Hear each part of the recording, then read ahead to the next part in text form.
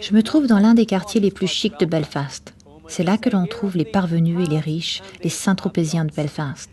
Le sud de Belfast est l'épicentre de la nouveauté, du chic, et c'est là que vous trouverez les galeries d'art, les boutiques chics. Et c'est également là que se déroule une grande partie du programme culturel de la ville. Toutes les boutiques chics se trouvent le long de la Lisbon Road, plus connue sous le nom de Little Knightsbridge, le petit pont des chevaliers. C'est une artère d'une longueur époustouflante, regorgeant de boutiques de créateurs, de magasins d'aménagement ultra chic, de galeries d'art et de restaurants exclusifs.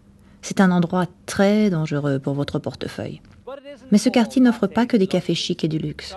On y trouve également certains des lieux historiques les plus célèbres de Belfast, et un bon nombre d'étudiants également.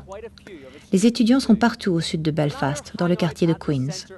Queen's est l'impressionnante université de Belfast et elle contribue de manière significative à l'activité et à l'atmosphère quelque peu bohémienne de ce quartier. L'université de Belfast, qui a été bâtie en style Oxbridge par l'un des architectes les plus influents de Belfast, Charles Lanyon, propose un programme chargé en activités culturelles, et ceci inclut le deuxième plus grand festival d'art du Royaume-Uni et d'Irlande, le Belfast Festival at Queen's.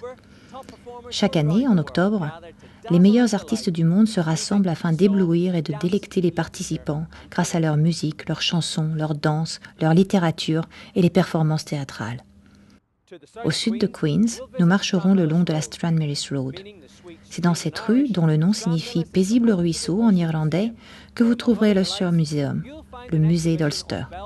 Parmi les trésors que recèle ce musée, vous rencontrerez une exposition sur le patrimoine industriel de Belfast, une collection sans pareille d'art irlandais et la plus vieille femme décolorée de Belfast, une momie égyptienne.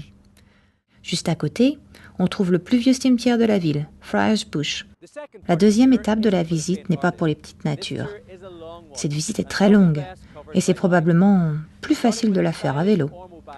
On peut commencer en partant de l'élégante galerie de Ormeau Bath où se trouvaient les bains publics à l'époque victorienne, puis faire un arrêt aux anciennes usines à gaz, à Malone Road, puis dans les immenses prairies de Sir Thomas and Lady Dixon Park où se cache un jardin de roses de renommée mondiale.